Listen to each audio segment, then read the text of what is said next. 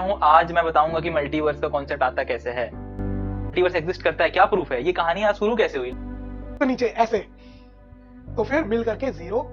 यार इंडिया में क्या गजब के साइंटिस्ट पैदा होते हैं। जैसे को भरोसा होगा कि यार एनसीईआरटी या सब सही लिखा होगा, नहीं होता है सब सही, ठीक है। नहीं देख रहा हूँ तो वेव की तरह देख रहा हूँ, तो पार्टिकल की तरह। उसके बाद से तो दुनिया बदल गई लोगों की, साइंटिस्ट लोग एकदम कंफ्यूज हो चुके हैं। मैं यूनिवर्स का राजा हूँ, मैं थैनोस को हरा के मतलब सुपर हीरो।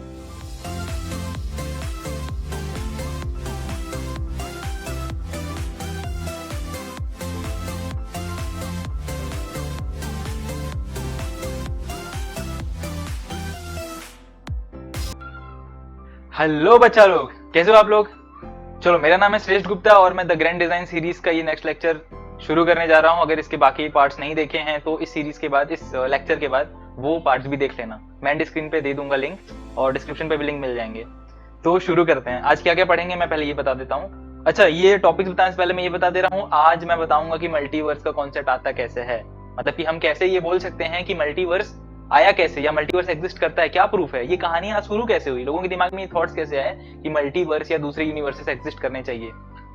अगर ये जानना है तो ये वीडियो एंड तक देखना, ठीक है। और ज्यादा होशियार मत बनना, फॉरवर्ड नहीं करना है, नहीं समझ आएंगे चीजें कि अच्छा चलो लास्ट में पहुंच जाते हैं और आंसर मिल जाए, ठीक है। शुरू से देखना है, लास्ट तक देखना है, तभी पूरा का पूरा समझ आएगा। इनफैक्ट ये लेक्चर, इतना लंबा लेक्चर मेरे को इसलिए बनाना पड़ रहा है क्योंकि मेरे को मल्टीवर्स एक्सप्लेन करना, और सिर्फ मल्टीवर्स को एक्सप्लेन करने के लिए मुझे इतनी लंबी सी वीडियो बनानी पड़ रही है, क्योंकि हमको एक एक चीज समझना पड़ेगा कि ये शुरुआत कहां से हुई, ठीक है।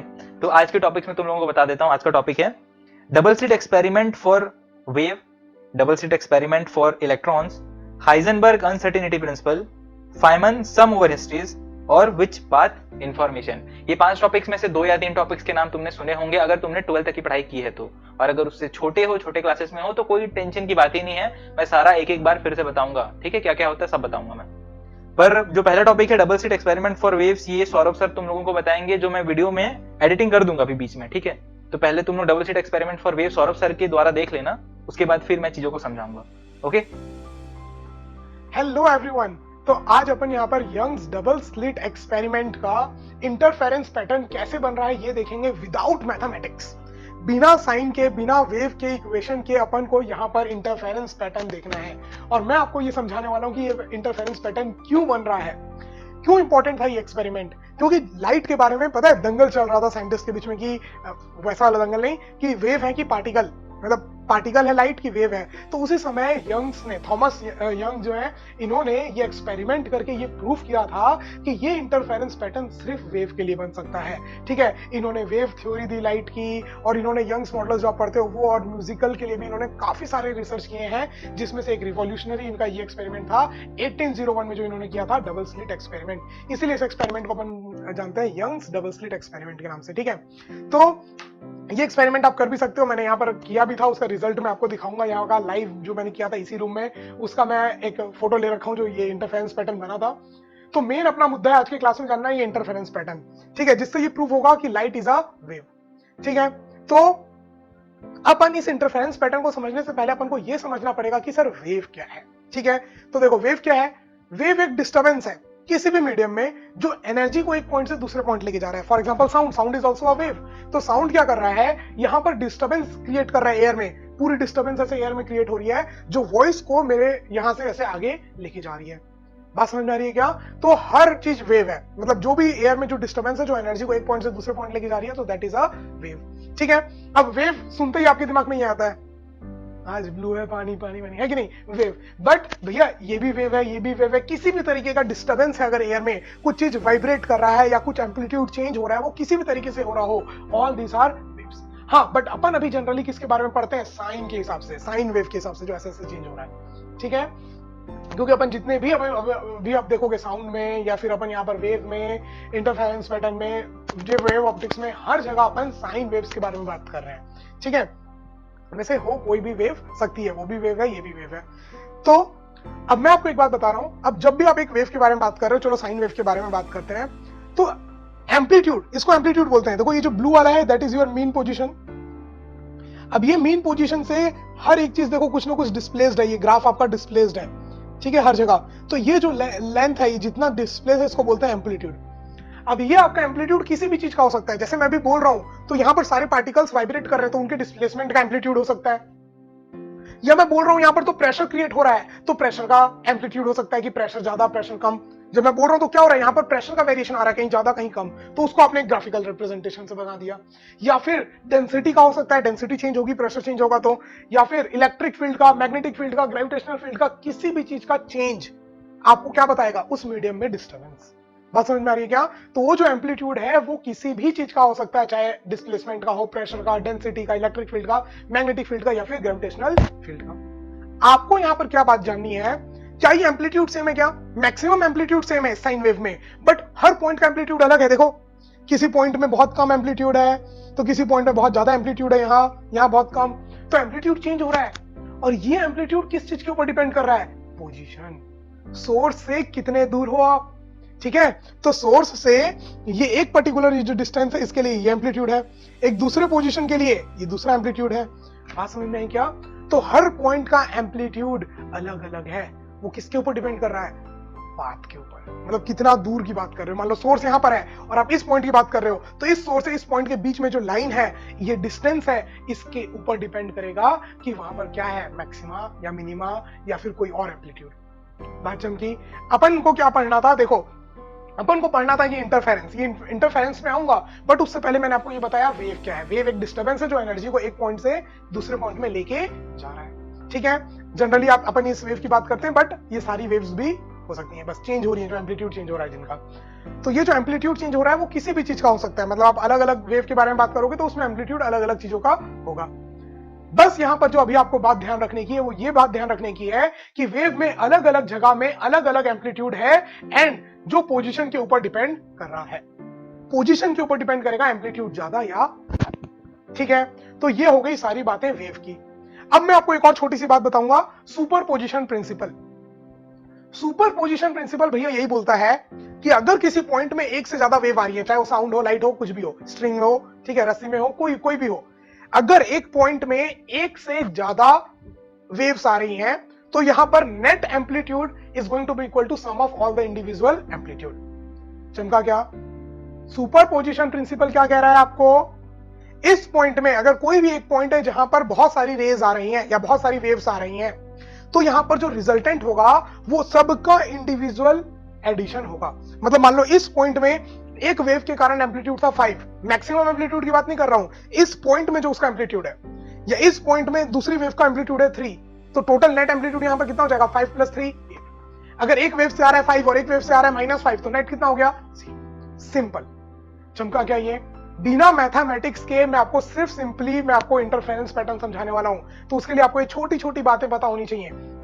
सुपरपोजिशन प्रिंसिपल क्या बोल रहा है कि अगर एक से ज्यादा वेव्स आ रही हैं किसी पॉइंट में, तो net amplitude is going to be equal to sum of all the individual amplitudes at that point. तो अब देखो यहां से मान लो एक ए वेव आई और यहां से एक वेव, एक रस्सी लो, दोनों साइड से एक पल्स जनरेट करो, तो पल्स ऐसे आगे आते हुए दिखाई देगी, है कि नहीं? जैसे अगर आप एक सिंगल तो मैं आपको दिखाई सकता हूं, मान लो ये एक वायर है, दिख रहा है? नहीं दिख रहा होगा।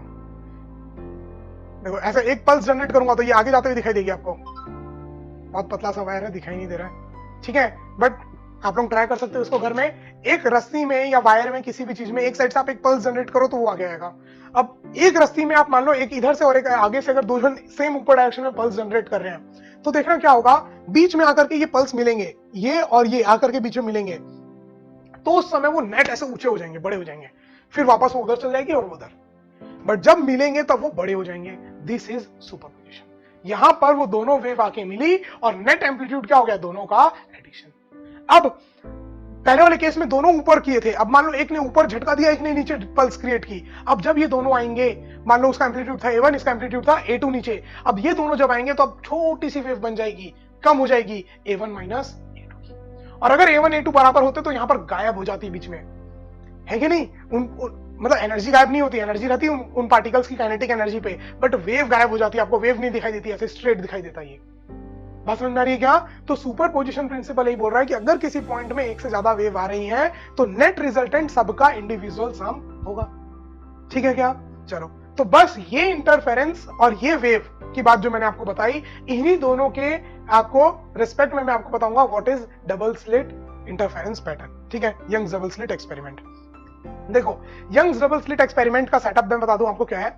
यंग्स डबल स्लिट एक्सपेरिमेंट में ऐसा आपको एक स्लिट ले लिया गया था जिसमें दो पतली पतली स्लिट्स थी, और ये इतनी दूर नहीं थी, ये बहुत छोटी थी, 1 mm 2 mm, बहुत छोटी। मैंने भी यहाँ पर बना रखी थी, अभी यहाँ पर है क्या, एक सेकंड में आपको दिखा देता हूँ। ये देखो, मैंने इसी डबल स्लिट से, मतलब आपको देखने के लिए, अगर आपको दिखाई दे रहा होगा, बहुत पतला है, ये देखो बीच में 2 स्लिट है और बीच में एकदम पतला सा गैप है, मतलब इतने पास पास 2 स्लिट्स होते हैं। अब मैंने इन दोनों स्लिट से एक लेजर लाइट, यहाँ से रेड कलर की लेजर लाइट मारी थी, और सामने दीवार में उनका इंटरफेरेंस पैटर्न दिखा था। कैसा दिखा था मैं आपको दिखाऊंगा यहाँ पर, ठीक है। वो जो मैंने यहाँ पर किया था इसी रूम में इंटरफेरेंस पैटर्न, वो मैं आपको दिखाऊंगा। तो ये है डबल स्लिट। डबल स्लिट मतलब 2 पतले पतले ऐसे जगह है जाने के लिए, पतले पतले छेदे हैं, ठीक है, डबल स्लिट। तो जब इन 2 स्लिट से जब लाइट पास हुई, सेम लाइट, मतलब अपन को सेम लाइट चाहिए थी, सेम वेवलेंथ की लाइट चाहिए थी, तो एक सिंपल मोनोक्रोमेटिक लाइट लिया अपन ने। मोनोक्रोमेटिक मतलब सिर्फ सिंगल वेवलेंथ की। व्हाइट लाइट तो पूरा कॉम्बिनेशन है ना आपका, पूरा विबग्योर बड़ा सा, लेकिन अपन ने मोनोक्रोमेटिक लाइट ली, ठीक है, और उसको 2 स्लिट से पास कराया। अब एक बात बताओ, ये डिस्टेंस अलग होगी और ये डिस्टेंस अलग, किसी भी एक पॉइंट के बारे में बात कर रहे हैं, किसी भी एक जनरल पॉइंट के बारे में बात कर रहे हैं, उस पॉइंट में ऊपर से जो लाइट आ रही है और जो नीचे से जो लाइट आ रही है, वो दोनों ने अलग अलग पाथ लिया। किसी ने L1 लेंथ का, किसी ने L2 लेंथ का, है कि नहीं। तो और मेरे को मालूम है कि जो एम्पलीट्यूड होगा वो किसके ऊपर डिपेंड करेगा, लेंथ के ऊपर। अरे वेव में मैंने आपको बताया था ना, देखो ये वेव में कि कहीं पर भी क्या एम्पलीट्यूड है किसके ऊपर डिपेंड करेगा, कि सोर्स से कितना दूर आप देख रहे हो, है कि नहीं। तो देखो, ऐसा भी तो हो सकता है कि जब इस वेव से ऐसे लाइट आ रही है तो यहां पर पहुंचने में वो मैक्सिमम बन रही हो, और इससे भी जो लाइट आ रही है वो यहां पर बनने में मैक्सिमम बन रही हो सकता है कि नहीं। ऐसा पॉइंट हो सकता है बिल्कुल, कि ये दूरी और ये दूरी का जो डिफरेंस है वो इस तरीके से सेट हो जाए। कितना होगा वो मैथमेटिक्स में मैं आपको बताऊंगा, मतलब मैथमेटिक्स लगा करके जब वेव ऑप्टिक्स का मैं आपको in short one shot video दूंगा तब आपको पूरा कैलकुलेशन बताऊंगा, ठीक है, कि कितने दूर में मैक्सिमम बनेगा, मिनिमम बनेगा, वो सारी चीजें। यहां पर बस ये समझने की कोशिश करो कि कैसे हो रहा है, क्या फिनोमिना हो रही है, क्यों ऐसा इंटरफेरेंस पैटर्न बन रहा है, कोई जादू चमत्कार नहीं है, ठीक है। तो उस पॉइंट में अगर मान लो पहले वाले का भी मैक्सिमम आ रहा है, दूसरे वाले का भी मैक्सिमम पहुंचा किसी जनरल टाइम में, तो दोनों ऐड होके क्या हो जाएगा, एकदम बड़ा मैक्सिमम, ठीक है। और दोनों एकदम सेम फेज में है, मतलब एक साथ ऐसे हो रही हैं, एक साथ ऊपर और एक साथ नीचे, फिर एक साथ ऊपर एक साथ नीचे। तो उस पॉइंट में जैसी पहुंच रही है ना, दोनों मैक्सिमा पहुंची तो मिलकर के बड़ा मैक्सिमा हो गया, फिर दोनों 0 तो मिलकर के 0, फिर दोनों नीचे माइनस में तो दोनों मिलकर के और ज्यादा माइनस। तो अगर आप देखोगे तो नेट ऐसी वेव बन जाएगी। ऐसा पॉइंट हो सकता है, ऐसा पॉइंट हो सकता है जहां पर दोनों वेव एकदम एक जैसी पहुंच रही है, एक साथ मैक्सिमा एक साथ मिनिमा, एक साथ मैक्सिमा एक साथ मिनिमा, इस तरीके से दोनों वेव एक साथ, तो दोनों मिलके बड़ी हो गई, फिर दोनों मिलकर के एकदम छोटी, तो ऐसे बड़े सा एम्पलीट्यूड बन गया। मान लो ये वेव ऐसे छोटी छोटी आ रही थी, ठीक है, जिस पॉइंट में मिली उस पॉइंट में मिलकर के ऐसे हो गई बड़ी।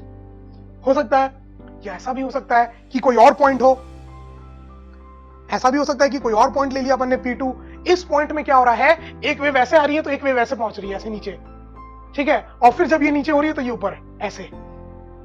पिछले वाले में क्या था, एक साथ दोनों मैक्सिमा एक साथ दोनों मिनिमा, है कि नहीं। और ऐसा भी हो सकता है दूसरे वाले केस में कि एक मैक्सिमा तो एक मिनिमा, फिर ये मैक्सिमा तो वो मिनिमा, इस टाइप से आ रही हो। बात समझ में आ रहा है, उस पॉइंट में वेव।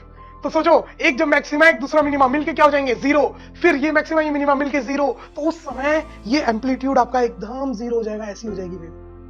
बात समझ रही है। अब एम्पलीट्यूड ज्यादा तो इंटेंसिटी ज्यादा तो अपन को ब्राइटनेस ज्यादा दिखाई देती है, तो इस वेव में आपको यहाँ पर एकदम ब्राइट स्पॉट दिखाई देगा और यहाँ पर एकदम डार्क, है ही नहीं ना, मिलकर के 0 हो गई एम्पलीट्यूड दोनों। बात समझ में आई। तो यही है आपका इंटरफेरेंस। 2 स्लिट से जब लाइट आ रही है तो हर अलग अलग दूरी में, मान लो यहां पर मैक्सिमा बना तो फिर थोड़ी दूर में कुछ ऐसा पोजीशन का चेंज आएगा कि यहां पर मिनिमा बन गया। मिनिमा मतलब एकदम डार्क, मतलब कैंसल हो रहे हैं वो, फिर मैक्सिमा फिर मिनिमा, तो एक इंटरफेरेंस पैटर्न दिखाई देता है आपको इस टाइप का। ये इसी रूम में ली हुई लाइट है, ठीक है, मेरे फोन से ली हुई लाइट आपके फोटो है। ये इंटरफेरेंस पैटर्न, एक लेजर लाइट को मैंने पास किया था इसी से, ये जो मैंने आपको डबल स्लिट दिखाई, ठीक है। ये भी मैंने आपको बनाया था उससे। आपकी जो बुक बाइंडिंग होती है तो पीछे में नहीं ब्लैक कलर का एक क्या बोलते हैं, प्लास्टिक टाइप का लगाते हैं पेपर, उसी प्लास्टिक से मैंने पतली पतली स्लिट्स काटी और उसको इस तरीके से चिपका दिया। मतलब उनको काटने में बहुत प्रॉब्लम हो रही थी तो मैंने अलग अलग काटा, मतलब एक साइड का अलग, दूसरे साइड का अलग, बीच का अलग, और तीनों को आपस में ऐसे चिपका दिया, ठीक है। तो ये डबल स्लिट आपकी बन के रेडी हो गई। और मस्त सुंदर सा इंटरफेरेंस पैटर्न दिखाई दिया। एक्चुअल में इस रूम की विड्थ ज्यादा नहीं है इसलिए ये उतना ज्यादा क्लियर नहीं है, और थोड़ा लॉन्ग डिस्टेंस होता ना तो ये और क्लियर होती, जो मैं आपको कभी और करके दिखाऊंगा। ठीक है, तो देखो ये जो मैं आपको बात बोल रहा था उसका यहाँ पर बना हुआ है। दोनों वेव अगर एक साथ मैक्सिमम पहुंच रही है, एक साथ मिनिमम, तो मिलकर के एम्पलीट्यूड बढ़ गया। लेकिन ऐसा उल्टा हो रहा है, एक ऊपर तो नीचे ऐसे, तो फिर मिल करके जीरो हो जाएंगे। तो ये है आपका इंटरफेरेंस पैटर्न जो लाइट के लिए थॉमस ने किया था। ठीक है, अब आपको श्रेष्ठ सर बताएंगे कि इलेक्ट्रॉन किस तरीके से बिहेव करते हैं, और यहाँ से पूरी की पूरी थ्योरी वो आपको बताएंगे। क्वांटम फिजिक्स में किस तरीके के क्वेश्चन अराइजेस हुए, फिर उनके किस तरीके से लोगों ने सॉल्यूशन दिए, सारी चीजें। ठीक है, चलो वो देखते हैं। Thank you Saurabh sir, thanks for teaching us what is double slit experiment for waves. Sir ने जैसा समझाया मुझे लगता है तुम लोगों को सारी चीजें समझ आ गई होंगी। अब मैं उस double slit experiment for waves को एक्सप्लेन करूं, उसको यूज करके मैं एक्सप्लेन करूंगा कि double slit experiment for electrons क्या है, या ये मैं क्यों पढ़ा रहा हूं, या इसका यूज क्या है। ठीक है, इलेक्ट्रॉन्स जो है ना उनको हम लोग पार्टिकल्स मानते हैं। यही बात मान के क्लिंगटन डेविसन और लेस्टर जर्मर, ये दो फिजिसिस्ट थे, दो एक्सपेरिमेंटल फिजिसिस्ट थे, इन दोनों ने क्या किया, इलेक्ट्रॉन को एक पार्टिकल मान के डबल स्लिट एक्सपेरिमेंट अप्लाई किया, और जो रिजल्ट आया वो बहुत ही अजीब आया, जिसकी वजह से क्वांटम मैकेनिक्स इतनी अजीब हो चुकी है। मतलब अगर तुम सिर्फ फोटो इलेक्ट्रिक इफेक्ट की बात करो ना, या फिर अगर उससे पहले जब आइंस्टीन था, आइंस्टीन के टाइम पे जो क्वांटम फिजिक्स था वो थोड़ा बहुत समझ आता था लोगों को, लाइक थोड़ा लॉजिकल लगता था कि हाँ चलो ऐसा हो सकता है। लेकिन ये जो double slit experiment for electrons आया, उसके बाद से तो दुनिया बदल गई लोगों की। साइंटिस्ट लोग एकदम कंफ्यूज हो चुके हैं। ठीक है, मैं बताऊंगा क्यों कंफ्यूज है, और ये कंफ्यूजन की वजह से ही मल्टीवर्स का कॉन्सेप्ट आता है आगे। ठीक है, रिचर्ड फैमन ने तो बोला था कि double slit experiment contains all the mystery of quantum mechanics. तो रिचर्ड फैमन, जिनके बारे में हम लोग अभी बहुत बात करने वाले हैं, रिचर्ड फैमन ने ही मल्टीवर्स का कॉन्सेप्ट बताया था, और Richard Feynman is one of the greatest scientist of all time. और उन्होंने खुद ये बोला था कि डबल स्लिट एक्सपेरिमेंट जो है वो सारा का सारा क्वांटम मैकेनिक्स का जो मिस्ट्री है उसको कंटेन करता है। मतलब अगर तुम सिर्फ डबल स्लिट एक्सपेरिमेंट को ध्यान से समझ लो और उसको अप्लाई करो या उस पे थ्योरीज बनाओ, तो तुम शायद क्वांटम मैकेनिक्स को समझ पाओगे। इसीलिए हम लोग double slit experiment for electrons और वेव्स पढ़ भी रहे हैं। ठीक है, अब देखते हैं डबल स्लिट एक्सपेरिमेंट में हुआ क्या था। Electron being a particle still behave as waves in double slit experiment. मतलब कि जो इलेक्ट्रॉन है वो ऐसे तो पार्टिकल है, पर जब हमने डबल स्लिट एक्सपेरिमेंट किया तो हमको पता चला कि नहीं, ये वेव की तरह भी बिहेव करता है। अब बोलोगे कि यार प्रॉब्लम क्या है सर, आप ही ने तो बताया था कि डुअल नेचर ऑफ लाइट की तरह डुअल नेचर ऑफ पार्टिकल्स भी होता है। डी ब्रोगली का जो कॉन्सेप्ट है, उस कॉन्सेप्ट के हिसाब से अगर इलेक्ट्रॉन वेव की तरह बिहेव कर रहे हैं तो प्रॉब्लम क्या है। प्रॉब्लम ये है कि जब हम ऑब्जर्व कर रहे हैं तब इलेक्ट्रॉन पार्टिकल की तरह बिहेव कर रहा है, और हम जब ऑब्जर्व नहीं कर रहे तो वेव की तरह बिहेव कर रहे हैं। जैसे समझ लो डबल स्लिट एक्सपेरिमेंट हो रहा है, ठीक है, ये apparatus है, यहाँ पर ऐसे हो रहा है, मैं इसको नहीं देख रहा हूँ, यहाँ से इलेक्ट्रॉन गया, वो पार्टिकल की तरह, वो वेव की तरह बिहेव कर रहे हैं। लेकिन जैसे मैंने देखा कि जा रहा है, ये पार्टिकल की तरह बिहेव कर रहा है। मतलब नहीं देख रहा हूँ तो वेव की तरह, देख रहा हूँ तो पार्टिकल की तरह। साइंटिस्ट लोग कंफ्यूज, ये ऑब्जर्वेशन से कैसे, मतलब इलेक्ट्रॉन को कैसे पता चल रहा है कि मैं इसको देख रहा हूँ तो ये पार्टिकल की तरह बिहेव करने लगा, और जब मैं नहीं देख रहा हूँ तो ये वेव की तरह बिहेव कर रहा है। तो सबसे बड़ा कंफ्यूजन यही था लोगों का, और यही डबल स्लिट एक्सपेरिमेंट को इतना कूल और इतना इंटरेस्टिंग बनाती है।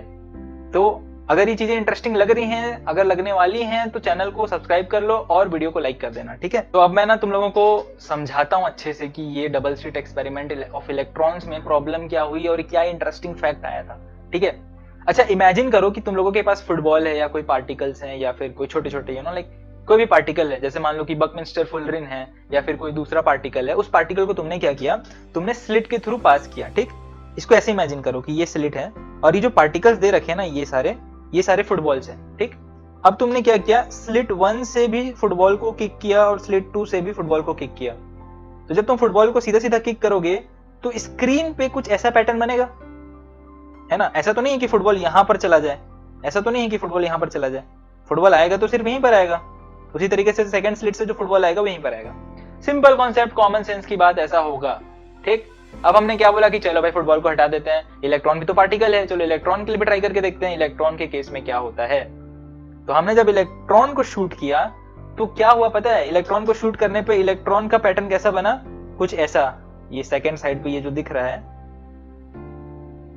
कुछ ऐसा, मतलब कि इलेक्ट्रॉन यहां से निकला और निकलने के बाद कभी इधर चला गया, कभी इधर चला गया, कभी इधर चला गया, कभी इधर चला गया। उसी तरीके से सेकंड स्लिट से निकला तो कभी इधर चला गया, कभी उधर चला गया, कभी इधर चला गया।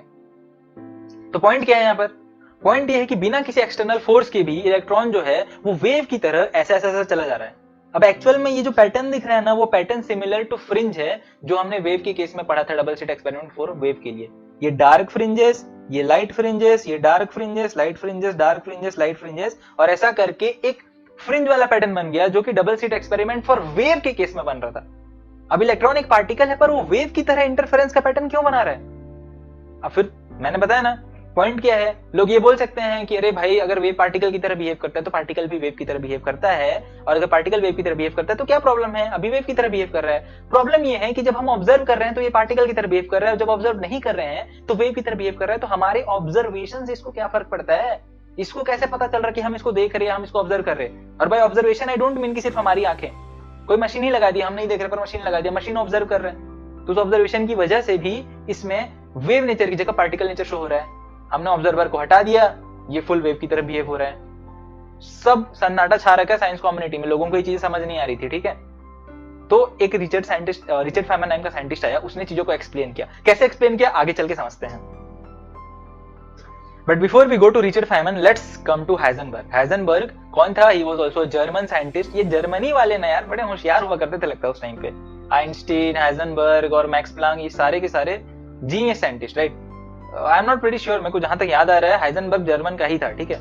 तो let's see, I think 21st century में इंडिया को भी आगे बढ़ना चाहिए, है ना। अच्छे से पढ़ाई करो, है ना, और देश को आगे बढ़ाओ। लेट्स हो सके कि हमारे आगे की जनरेशन वाले बोलें कि यार इंडिया में क्या गजब के साइंटिस्ट पैदा होते हैं, जैसे हम लोग अभी जर्मन की तारीफ कर रहे हैं।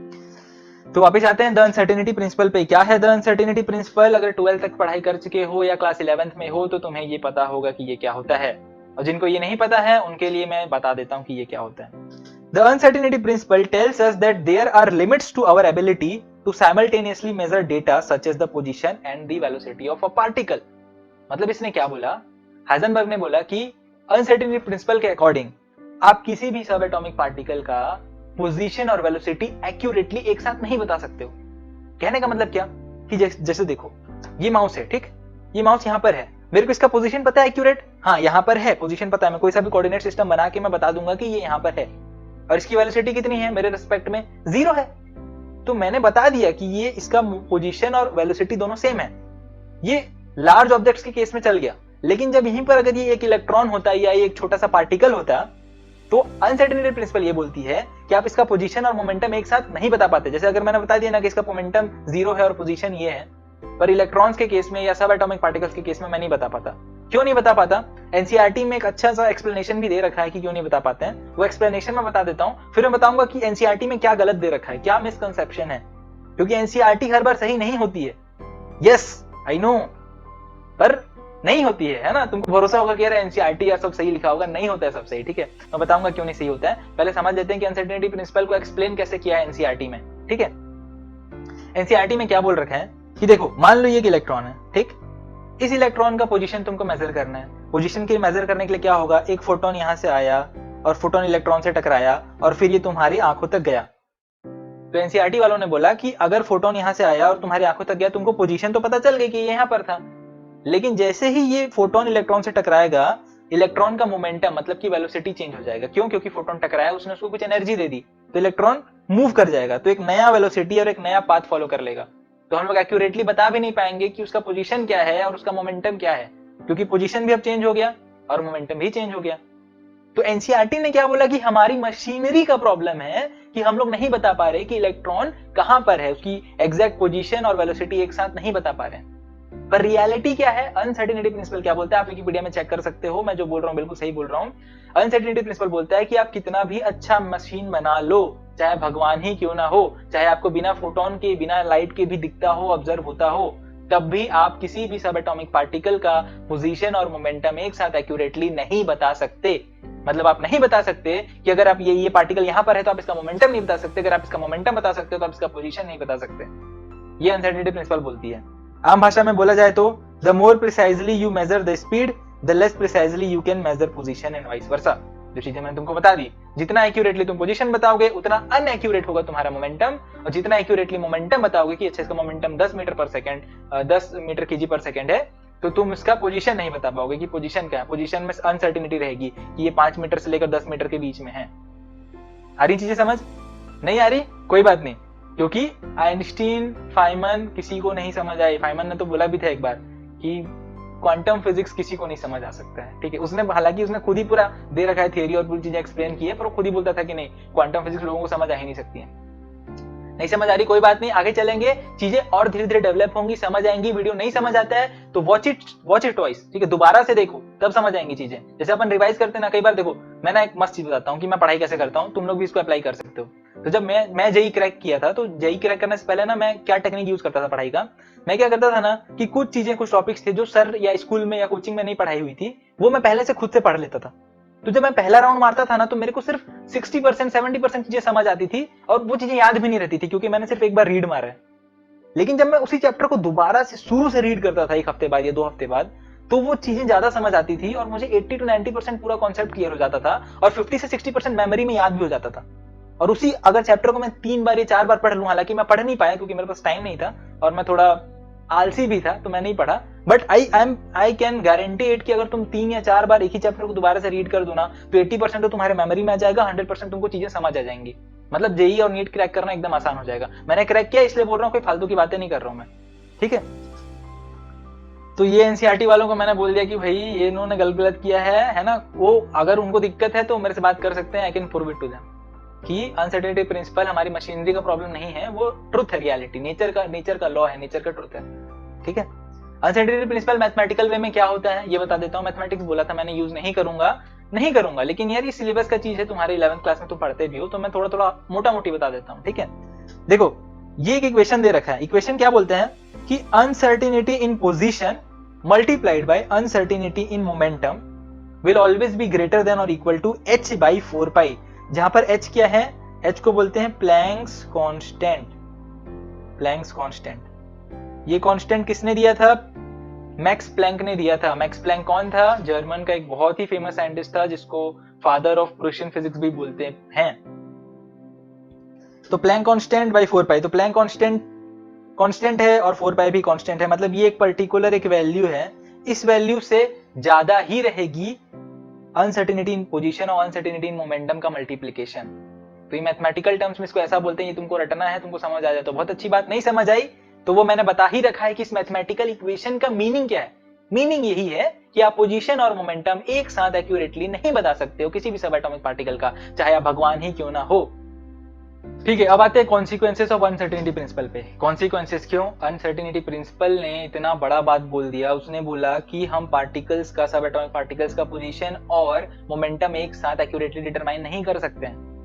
मतलब उसने तो पूरी कायनात बदल दिया, जिंदगी बदल दिया, सब कुछ बदल दिया हमारा, है ना, मतलब सब कुछ। जैसे कि देखो, मैं क्या बोल रहा हूँ, ये पेन है, इसका पोजीशन मोमेंटम मेरे को पता है, पोजीशन यहाँ पर है और मोमेंटम क्या है 0, मैं एक्यूरेटली बता दिया।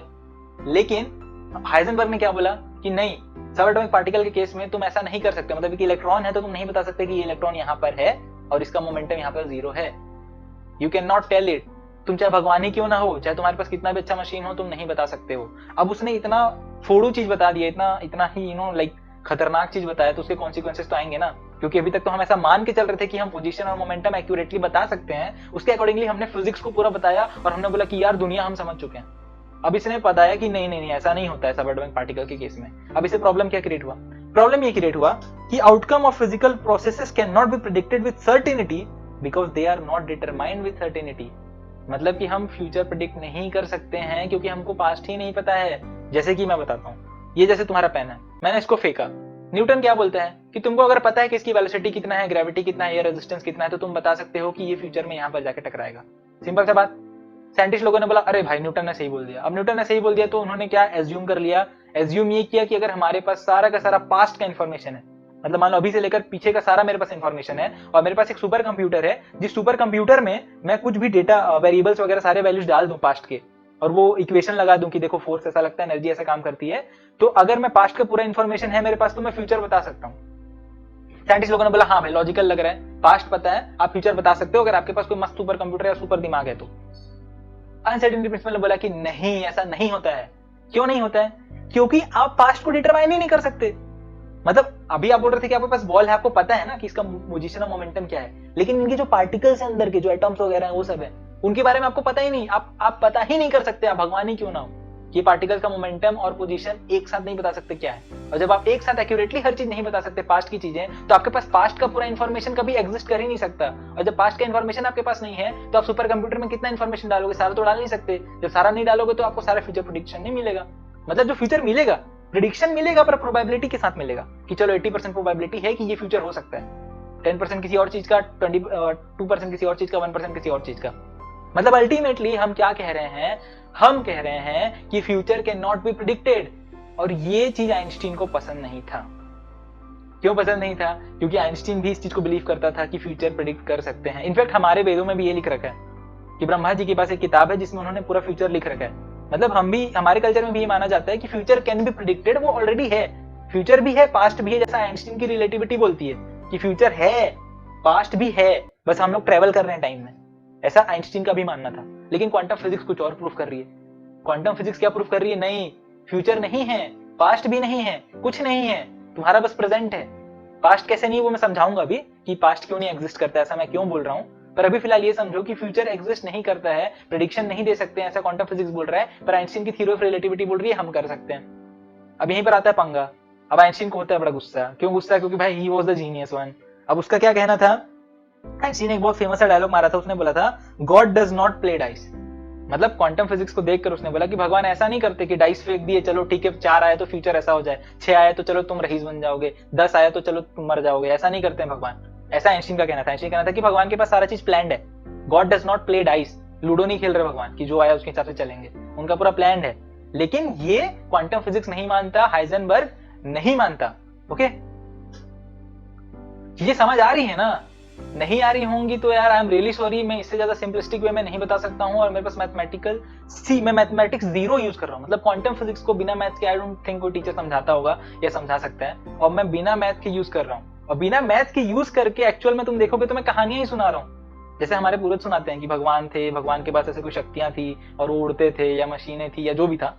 तो एक्चुअल में मैं भी वही काम कर रहा हूँ। मैं बोल रहा हूँ कि तुम लोग मान लो कि ऐसा, मतलब मैं जो बोल रहा हूँ तुम लोग मान लो सच है करके। मैं कोई प्रूफ तो दे नहीं रहा हूँ। मैं तो बस ये बोल रहा हूँ कि इन साइंटिस्ट ने ये बोला, इन्होंने ये बोला, जो कि तुम चाहो तो क्रॉस चेक कर सकते हो इंटरनेट पे। बट फिर भी मैं प्रूफ तो नहीं कर रहा ना मैथमेटिकली। तो मुझे नहीं पता कि मैं बिना मैथमेटिक्स के तुमको कन्विंस कर पा रहा हूँ कि नहीं। But I can make sure one thing कि मैंने पढ़ रखा है और मैथमेटिक्स में इसका प्रूफ है। मैं तुमको नहीं पढ़ा रहा क्योंकि तुमको समझ नहीं आएंगी चीजें फिलहाल तो, क्योंकि ज्यादातर हमारे स्टूडेंट्स 12th क्लास तक के हैं। और जो भी इंजीनियरिंग या कोई और कॉलेजेस कर रहे हैं वो भी ये सब फील्ड में ज्यादा इंटरेस्टेड या ज्यादा ये सब सिलेबस में होता नहीं है। तो मेरे को नहीं पता, तुमको समझ नहीं आ रही तो मेरे को बता देना कमेंट में, मैं और कोशिश करूंगा सिंप्लीफाई करने का। बट मैं जो बोल रहा हूँ बिल्कुल सही बोल रहा हूँ। ओके, अब हुआ गया अनसर्टेनिटी प्रिंसिपल आ गई, क्वांटम फिजिक्स आ गया। मतलब कि क्वांटम फिजिक्स ने बोल दिया कि हम फ्यूचर को डिटरमाइन नहीं कर सकते। तो डिटर्मिनिज्म का जो कॉन्सेप्ट था कि हम चीजों को डिटरमाइन कर सकते हैं, उसका एक नया फॉर्म आ गया। नया फॉर्म क्या आया कि अगर हम फ्यूचर डिटरमाइन नहीं कर सकते तो क्या कर सकते हैं? तो क्वांटम फिजिक्स ने बोला कि तुम प्रोबेबिलिटी बता सकते हो फ्यूचर का। मतलब कि फ्यूचर, कौन सी फ्यूचर होने की प्रोबेबिलिटी कितनी है। मतलब फॉर एग्जांपल कि मेरी शादी होगी कि नहीं, है ना? हाँ, होनी तो चाहिए, पर प्रोबेबिलिटी ये भी है कि नहीं होगी। तो क्वांटम फिजिक्स क्या बोलता है कि आपकी जो शादी है या मेरी जो शादी हो रही है उसका एक प्रोबेबिलिटी है। मतलब भगवान को भी नहीं पता एक्चुअल में कि मेरी शादी होने वाली है कि नहीं, या फिर तुम नीट में सेलेक्ट होने वाले हो या नहीं, या तुम टॉप करोगे या नहीं करोगे, ये चीजें भगवान को भी नहीं पता। उसकी प्रोबेबिलिटी है। प्रोबेबिलिटी इन द सेंस कि तुम बहुत मेहनत से पढ़ोगे तो 90% प्रोबेबिलिटी है कि तुम टॉप कर जाओगे, बट 10% है कि तुम नहीं करोगे। या मतलब ऐसा है कि कुछ हमको नहीं पता है फ्यूचर में क्या होने वाला है, कुछ भी प्री डिटरमाइंड नहीं है। अब यहाँ पर ना बहुत बड़ा दिक्कत आ जाता है, क्योंकि 2 साल पहले ही मैंने ये प्रेडिक्शन दिया था। मैंने एक रियलिटी थ्योरम नाम की थ्योरम क्रिएट की थी जिसमें मैंने ये एक्सप्लेन किया था कि फ्यूचर कैन बी प्रेडिक्टेड। मतलब फ्यूचर प्री डिटरमाइंड है, ऑलरेडी एग्जिस्ट कर रहा है। मतलब मैं अपनी थ्योरी, मेरी जो 0 वॉल्यूम थ्योरी है उसको यूज करके मैं आइंस्टीन की थ्योरी ऑफ रिलेटिविटी का प्रेडिक्शन के साथ मैचअप कर रहा था। मतलब कि मैं जो प्रूफ कर रहा था, जो रिलेटिविटी ने प्रूफ कर रखी है, मैं दोनों को एक ही पॉइंट तक ले जाना चाह रहा था ताकि देखो मेरा प्रेडिक्शन भी सेम है और आइंस्टीन का प्रेडिक्शन भी सेम है।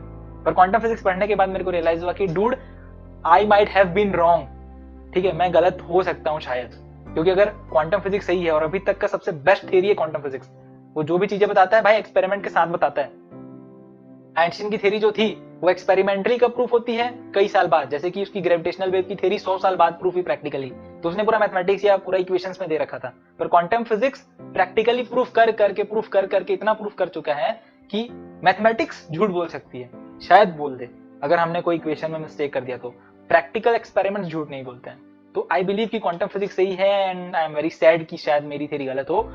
देखते हैं आगे क्या होता है, ठीक है। So, given the state of a system at some time, the laws of nature determine the probabilities of various futures and pasts rather than determining future and past with certainty. मतलब कि आप प्रेजेंट को अगर देखोगे तो present देख के आप एक फ्यूचर का प्रोबेबिलिटी बता सकते हो कि यार ये फ्यूचर शायद हो, और आप पास्ट का भी प्रोबेबिलिटी ही बता सकते हो। मतलब कि आप गारंटी के साथ नहीं बोल सकते कि पास्ट में मेरे साथ ये हुआ था। अजीब लग रही होंगी चीजें ना कि पास्ट में जो हो चुका हो तो हो चुका। मैं बताऊंगा, मैं अभी एक्सप्लेन भी करूंगा कि ये कॉन्सेप्ट आया कहां से, पर इतना समझ लो कि न्यू फॉर्म ऑफ डिटरमिनिज्म क्या बोलता है कि आप फ्यूचर तो डिटरमाइन कर ही नहीं सकते, साथ में आप पास्ट भी डिटरमाइन नहीं कर सकते। पास्ट डिटरमाइन नहीं कर सकते का मतलब आपको पता ही नहीं कि पास्ट में क्या हुआ था। आपको लग रहा है, ठीक है, वो प्रोबेबिलिटी ज्यादा है कि आप पास्ट में 10th में टॉप किए थे, वो पास्ट में शायद टॉप किए थे। हो सकता है कि आप टॉप नहीं किए थे, यू आर अ फेलियर, या फिर हो सकता है कि कुछ और, यू नो, लाइक आप स्कूल ही अटेंड नहीं किए थे। That past is also possible, सबकी प्रोबेबिलिटी एग्जिस्ट करती है। और अभी आप जो करोगे ना उससे आपका पास्ट भी चेंज होता है, समझ रहे हो? आप जो अभी करने वाले हो उस एक्शन से आपका पास्ट भी चेंज होता है फ्यूचर के साथ साथ। तो प्रेजेंट कितना इंपॉर्टेंट है अब ये सोच लो। अब मैं बताऊंगा कि मैं क्यों बोल रहा हूँ कि पास्ट चेंज होता है। ये जो चीजें जो समझ नहीं आ रही है, जो कॉमन सेंस से हटके लग रही है ना, वो भी मैं समझाता हूँ, ठीक है। According to quantum physics, each particle has some probability of being found anywhere in the universe. तो क्वांटम फिजिक्स ने क्या बोला? क्वांटम फिजिक्स ने बोला कि कोई भी पार्टिकल दुनिया में कहीं भी हो सकता है कुछ ना कुछ प्रोबेबिलिटी के साथ। मतलब कि अभी ये जो पेन है, इस पेन का अगले सेकंड में या इसके 10 मिनट बाद दूसरे गैलेक्सी में होने के चांसेस हैं, प्रोबेबिलिटी है। ऑल्दो प्रोबेबिलिटी ज्यादा है कि यहीं पर रहेगा, इसीलिए हमको यहीं पर दिखता है। तो छोटी छोटी प्रोबेबिलिटीज हैं। प्रोबेबिलिटी ये है कि ये यहाँ पर आ जाए, ये यहाँ पर आ जाए, ये यहाँ पर आ जाए, कहीं पर भी चला जाए। तो क्वांटम फिजिक्स बोलता है कि सारी प्रोबेबिलिटी एग्जिस्ट करती हैं। मतलब करोड़ों अरबों में अगर आप ऑब्जर्व करोगे तो शायद हो सकता है एक आध इलेक्ट्रॉन या 2 इलेक्ट्रॉन यहाँ से गायब होके सन में पहुंच जाएं या किसी और गैलेक्सी में पहुंच जाएं। ये क्वांटम फिजिक्स बोलता है। एकदम साइफाई लग रही होंगी, साइंस फिक्शन चीजें है ना, प्रैक्टिकली प्रूवन चीजें मैं बोल रहा हूँ। मैं ये प्रैक्टिकली प्रूवन नहीं बोल रहा हूँ कि पार्टिकल्स को देखा गया है कि यहाँ से गायब होके दूसरे यूनिवर्स में पहुंच गई हैं, पर प्रैक्टिकली ज्यादातर चीजें प्रूफ हुई हैं जिनको एक्सप्लेन करने के लिए जो मॉडल बनाया गया है, जो हर एक एक्सपेरिमेंट को एक्सप्लेन कर रहा है, वो ये प्रेडिक्ट कर रहा है कि ऐसा भी होना चाहिए। तो वो मॉडल अगर सही है तो उसका जो प्रेडिक्शन है वो भी सही होना चाहिए। और हम लोग मान के चल रहे हैं कि वो जो मॉडल है, जो रिचर्ड फाइमन नाम के साइंटिस्ट ने ये जो दिया है मॉडल, वो मॉडल सही है, एक्यूरेट है। और अगर वो मॉडल सही है मतलब कि ये जो चीजें जो सुनने में अजीब लग रही है ना, वो एक्चुअल में होती हैं। अब ऑफ कोर्स ऐसा कुछ प्रूफ करने का तरीका तो है नहीं, हमारे पास रिलेटिविटी को प्रूफ करने का तरीका नहीं है कि फ्यूचर जो है वो ऑलरेडी एग्जिस्ट कर रहा है, ना ही हमारे पास क्वांटम फिजिक्स को प्रूफ करने की जरूरत है कि फ्यूचर और पास्ट एग्जिस्ट ही नहीं करते हैं। दोनों अलग अलग चीजें बोल रहे हैं पर दोनों का प्रूफ कुछ है नहीं, पर दोनों अपने अपने फील्ड में सब कुछ समझा देते हैं। क्वांटम फिजिक्स सब एटॉमिक पार्टिकल्स को एक्सप्लेन कर देता है, थ्योरी ऑफ रिलेटिविटी बड़ी बड़ी चीजों को, ग्रेविटी को एक्सप्लेन कर देता है। हमारे पास प्रॉब्लम क्या है ना यार, एक थ्योरी फॉर एवरीथिंग नहीं है। ऐसा कोई थ्योरी अभी तक बन ही नहीं रहा है जो सारी चीज एक्सप्लेन कर दे। मैंने एम थ्योरी के बारे में बता रखा है पिछले लेक्चर्स में। एम थ्योरी में भी यही प्रॉब्लम है ना कि वो एक्चुअल में एक थ्योरी नहीं है, वो 6 थ्योरीज का कॉम्बिनेशन है। मतलब अलग अलग थ्योरीज अलग अलग चीजों को एक्सप्लेन कर रही हैं, उनको कंबाइन करके बोल दिया एम थ्योरी। लेकिन हमारे पास अभी भी एक पर्टिकुलर थ्योरी नहीं है जो चीजों को, हर एक चीज को एक्सप्लेन कर सके। ओके, जिनको भी ये चीजें नहीं समझ आ रही है, मैंने पहले भी बोला था, फिर से बोलूंगा कि आइंस्टीन और फाइमन को भी ये चीजें समझ नहीं आई थी। आइंस्टीन और फाइमन को भी क्वांटम फिजिक्स वियर्ड लगा था जैसे कि सारे अलग साइंटिस्ट को लगता है। ठीक है, फाइमन ने इनफैक्ट बोला भी था एक बार, I think I can safely say that nobody understand the quantum mechanics. मतलब फाइमन ने क्या बोला कि भैया मेरे को लगता है कि किसी को क्वांटम फिजिक्स समझ नहीं आती और ना ही समझ आएंगी। ठीक है भैया, चलो फिर आते हैं डबल स्लिट एक्सपेरिमेंट पे वापस से। क्यों आते हैं डबल स्लिट एक्सपेरिमेंट पे? क्योंकि ये बहुत ही इंटरेस्टिंग एक्सपेरिमेंट है और ये सबसे ज्यादा इंपॉर्टेंट एक्सपेरिमेंट है क्वांटम फिजिक्स में। क्यों एक्सपेरिमेंट इंपॉर्टेंट है? क्योंकि रिचर्ड फेमन ने भी एक बार बोला था कि क्वांटम फिजिक्स की सारी थ्योरीज को हम समझ सकते हैं, हर कुछ समझ सकते हैं अगर हम डबल स्लिट एक्सपेरिमेंट को समझ लें। ठीक है, तो मैं वापस से ना वो डायग्राम खोल देता हूं, पर पहले मैं ये चीजें पढ़ देता हूं आप लोगों को, फिर वो डायग्राम पे मैं समझाता हूं कि क्या था। ठीक है, in DSE, particles that would have landed in the area of the dark band if, say, only slit 1 was open, do not land there when slit 2 is open. It seems if somewhere on their journey from source to the screen, the particles acquire information about both the slits. क्या है इसका मतलब? Let's see. हाँ, ठीक है, ये जो diagram था इसमें अभी इसको ये जो डायग्राम है इसको थोड़ा देरी के लिए छोड़ देते हैं, अभी थोड़ा देरी के लिए भूल जाते हैं, अपन सिर्फ इस पे फोकस करते हैं। ठीक है, क्या फोकस करते हैं कि अगर मैं इस स्लिट को बंद कर दूं तो ये पार्टिकल्स यहां पर नहीं आएंगे, राइट? अभी यहां पर ये जो पार्टिकल्स, ये पार्टिकल्स नहीं, ये भी इलेक्ट्रॉन्स ही हैं। ठीक, इलेक्ट्रॉन्स ही हैं। तो हमने दो केस किया, क्या किया, इधर भी इलेक्ट्रॉन्स फेंक रहे अपन, इधर भी इलेक्ट्रॉन्स फेंक रहे अपन, दोनों साइड इलेक्ट्रॉन्स तो फेंक रहे हैं अपन, पर एक में एक स्लिट ही ओपन है, दूसरे में दोनों स्लिट ओपन है।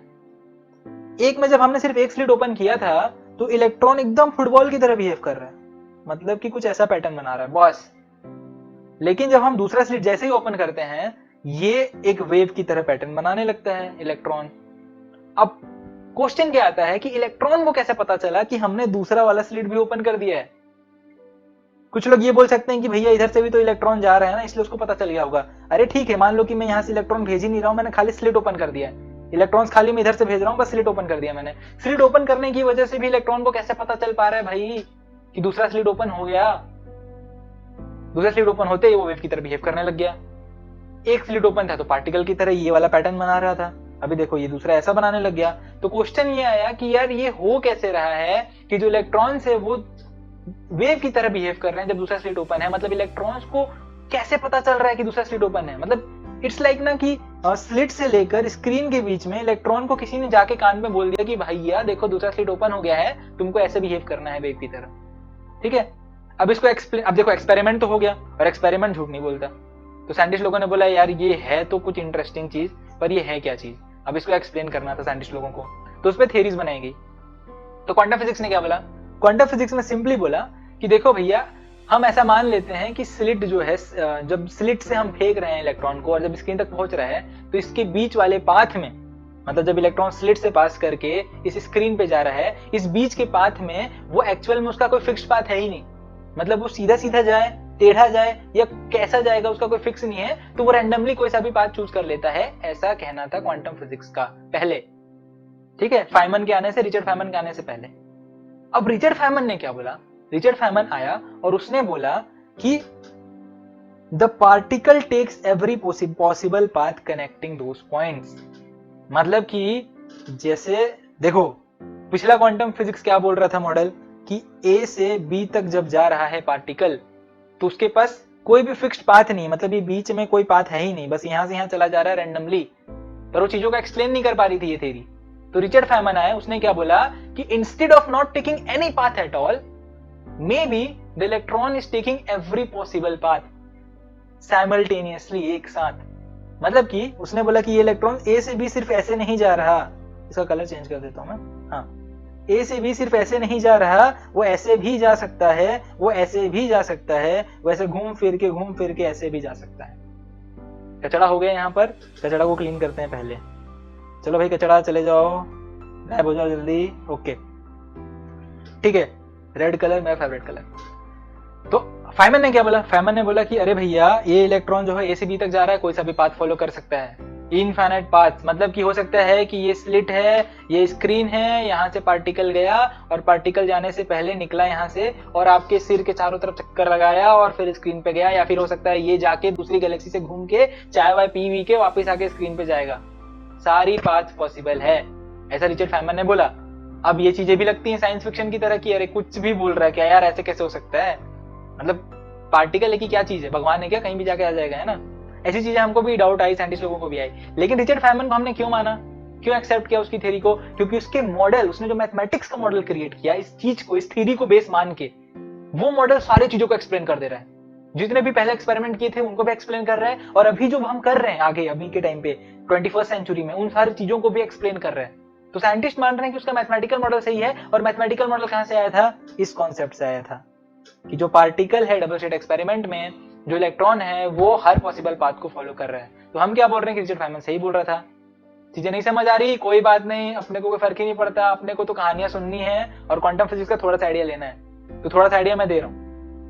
मैथमेटिक्स नहीं पढ़ा सकता मैं यहाँ पर, क्योंकि लोगों को समझ ही नहीं, ऑडियंस ही नहीं है यार। अभी भी पता नहीं तुम में से कितने टिके हुए होंगे, 1 2 3 4 ज्यादा ही बच्चे, मतलब बहुत ही कम होते हैं जो पूरा लास्ट तक वीडियो देखते हैं। इसीलिए मैं, कई बच्चे पूछ भी रहे थे कि सर आप लंबा वीडियो क्यों नहीं बनाते। भाई मैं आधे घंटे की वीडियो बनाता हूँ, उसमें ही लोग टिक नहीं पाते हैं। और उनका प्रॉब्लम नहीं है, प्रॉब्लम ये ना कि ये क्वांटम फिजिक्स है जो उनको नहीं पता है, ये कहानी की तरह मैं बताया जा रहा हूँ, एक ही वीडियो में बहुत सारा इन्फॉर्मेशन दे रहा हूँ, लोड नहीं ले पाते लोग। ऑल्दो अगर मैं भी यहीं पर कोई स्कूल का कोई कॉन्सेप्ट समझा रहा होता या क्वेश्चन सॉल्व करा रहा होता तो तुम 1 2 घंटे देख सकते हो आराम से। पर यार इस टाइप की चीजें ना लोग टिकते नहीं है। अभी जो भी टिका हुआ है टिके हुए हो तो वीडियो पसंद आ रही है आई थिंक, है ना, और टिके हुए हो तो वीडियो को लाइक कर दो, शेयर भी कर दो और सब्सक्राइब भी कर दो चैनल को।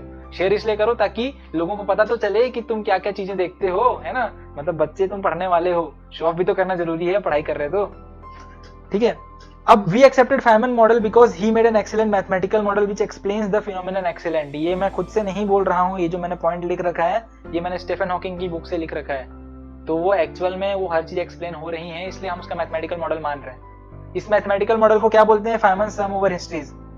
ये फेमन सम ओवर हिस्ट्रीज की वजह से ही मल्टीवर्स का कॉन्सेप्ट आ रहा है, और ये वर्ड है ना, ये वर्ड तुम लोग मेरे इंस्टाग्राम के प्रोफाइल पे जाके भी देख सकते हो, वहां पर मैंने लिख रखा है कि फेमन सम ओवर हिस्ट्रीज, और ऐसे दिल बना रखा है क्योंकि ये मेरे को बहुत कूल लगता है, बहुत सही कॉन्सेप्ट लगता है, ठीक है। मेरे इंस्टाग्राम का मैं आईडी दे देता हूँ तुम लोगों को, ठीक है, SHRESTHU, ये मेरा इंस्टाग्राम का आईडी है, you can follow me there. नहीं भी फॉलो करने में फर्क नहीं पड़ता है, बट मैंने जो बोला है वो मैंने सच में लिख रखा है, तुम ये चेक कर सकते हो, ठीक है।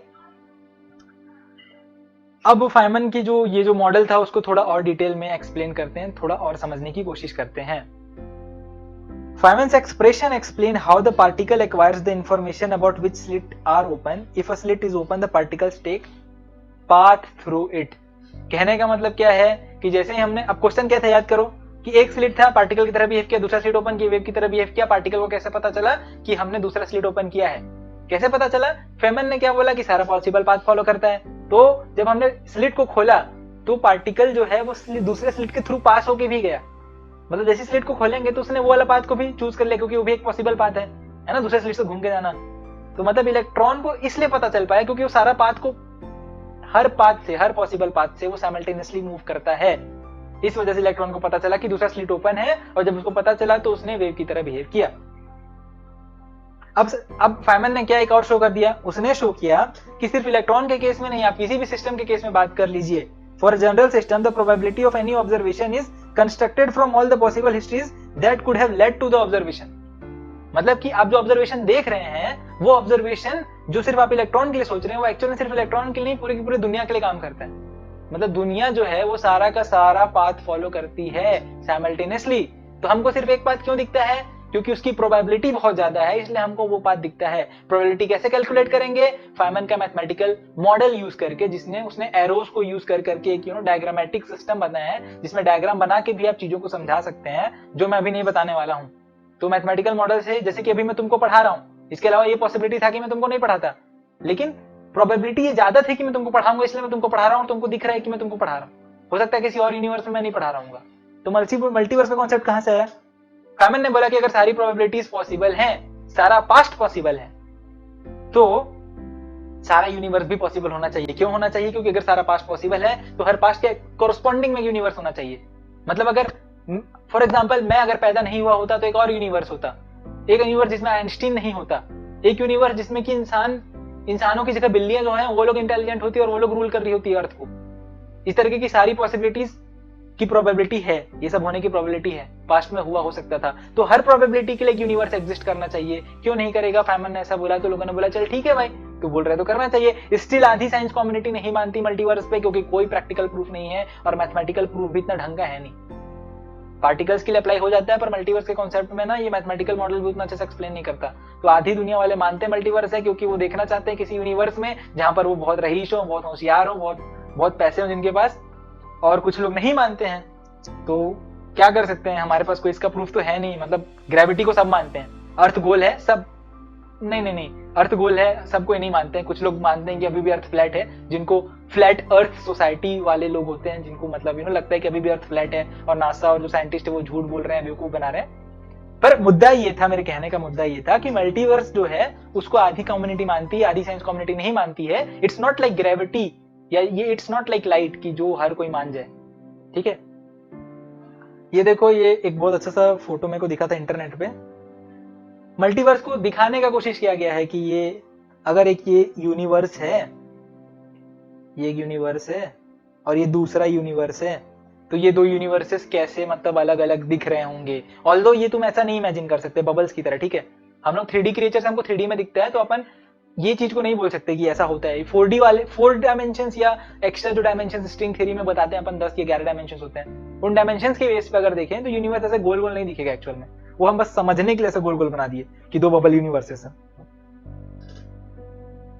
लास्ट टॉपिक है आज का, विच पाथ इन्फॉर्मेशन। अभी तक टिके हुए तो टिक जाओ और 5 मिनट, उसके बाद सारी चीजें समझ आ जाएंगी, और नहीं आएंगी तो दोबारा से वीडियो देख लेना। पहली बार तो देख ही लो कम से कम, उसका दोबारा देख लेना, ठीक है। आई थिंक इट्स क्वाइट, मतलब मेरे को ऐसा लगता है कि तुम लोग बहुत ज्यादा थक गए होगे ये वीडियो देख के। मैं खुद थक जाता हूँ यार बताते बताते। क्या है ना, ये कॉन्सेप्ट इतने कॉम्प्लेक्स है ना कि इन चीजों को समझना और समझाना दोनों ही मुश्किल होता है, ठीक है। तो विच पाथ इन्फॉर्मेशन क्या है? विच पाथ इन्फॉर्मेशन बोलता है कि पास्ट और फ्यूचर डज नॉट एग्जिस्ट। इतने देरी से मैं क्या बोल रहा था? मैं यही चीज बोल रहा था कि पास्ट और फ्यूचर एग्जिस्ट नहीं करते हैं। क्यों नहीं करते, कैसे नहीं करते, अभी समझाता हूं। देखो, हमने क्या बोला कि डबल स्लिट एक्सपेरिमेंट है। डबल स्लिट एक्सपेरिमेंट में क्या हो रहा है कि यहां पर से एक स्लिट है, ये दूसरा स्लिट है, वहां से इलेक्ट्रॉन पास हुए और यहाँ पर स्क्रीन पे कुछ पैटर्न बनाया। ये था डबल स्लिट एक्सपेरिमेंट, खत्म बात। अगर सिर्फ एक स्लिट को ओपन करते, इसको बंद कर देते दूसरे वाले को, तो वो पार्टिकल की तरह बिहेव कर रहा था। दूसरे को वापस से हमने ऑन कर दिया, ये ठीक है, दूसरे को हमने वापस से खोल दिया तो ये वेव की तरह बिहेव करने लगा। यहां तक हम समझ चुके थे। अब पॉइंट क्या आया था कि फाइमन ने बोला कि ऐसा क्यों हो रहा है, क्योंकि जो इलेक्ट्रॉन है वो सारा पॉसिबल पाथ फॉलो कर रहा है, यहां से जाके है ना, यहां से ऐसे जाके।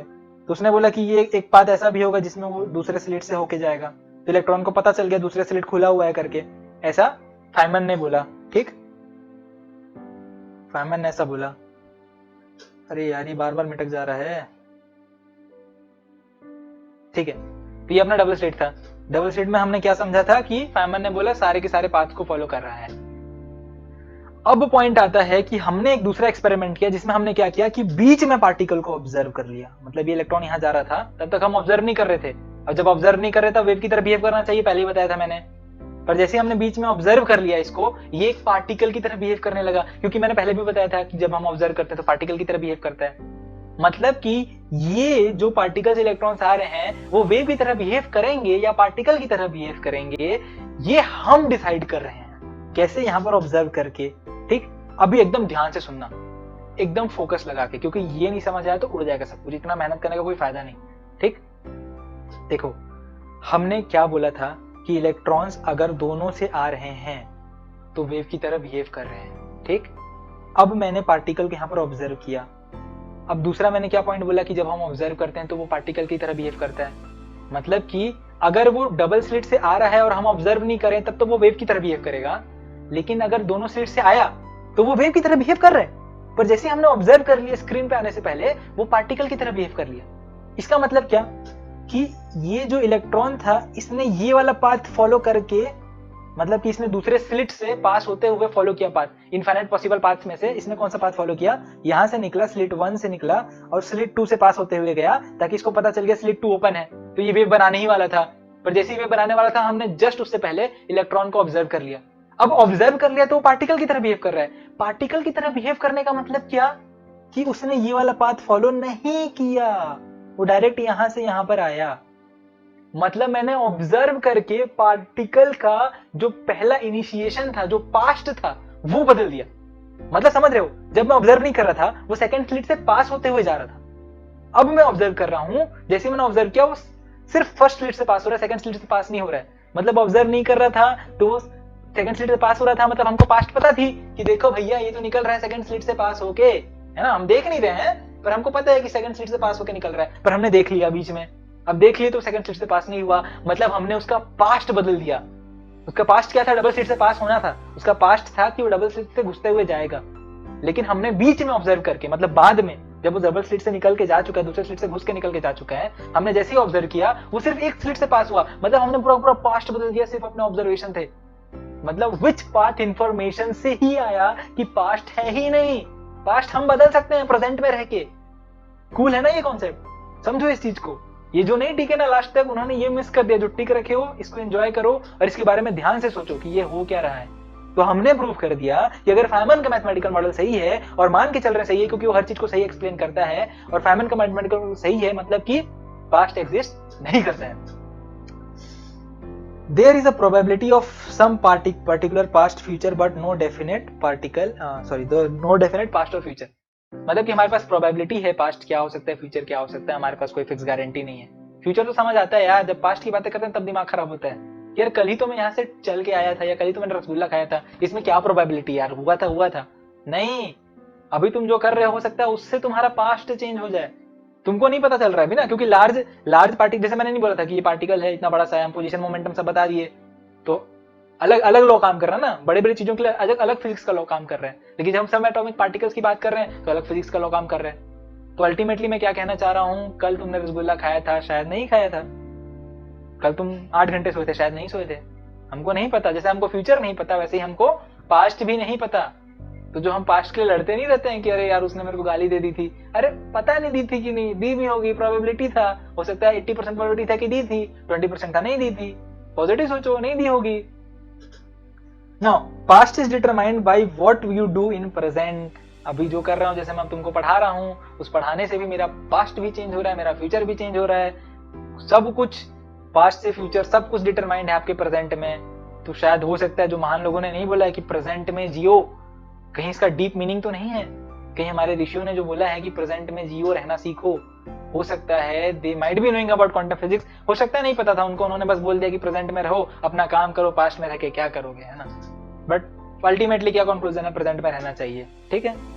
Yes, you heard it right, what you do now only affects your future, not only affects your future but also your past. तो जो तुम करते हो ना, फ्यूचर चेंज होता है ना, सिर्फ फ्यूचर बदलता है, तुम्हारा पास्ट भी बदलता है। अब फाइमन का क्या बोलना था कि like a particle the universe doesn't have a single history but every possible history each with its own probability.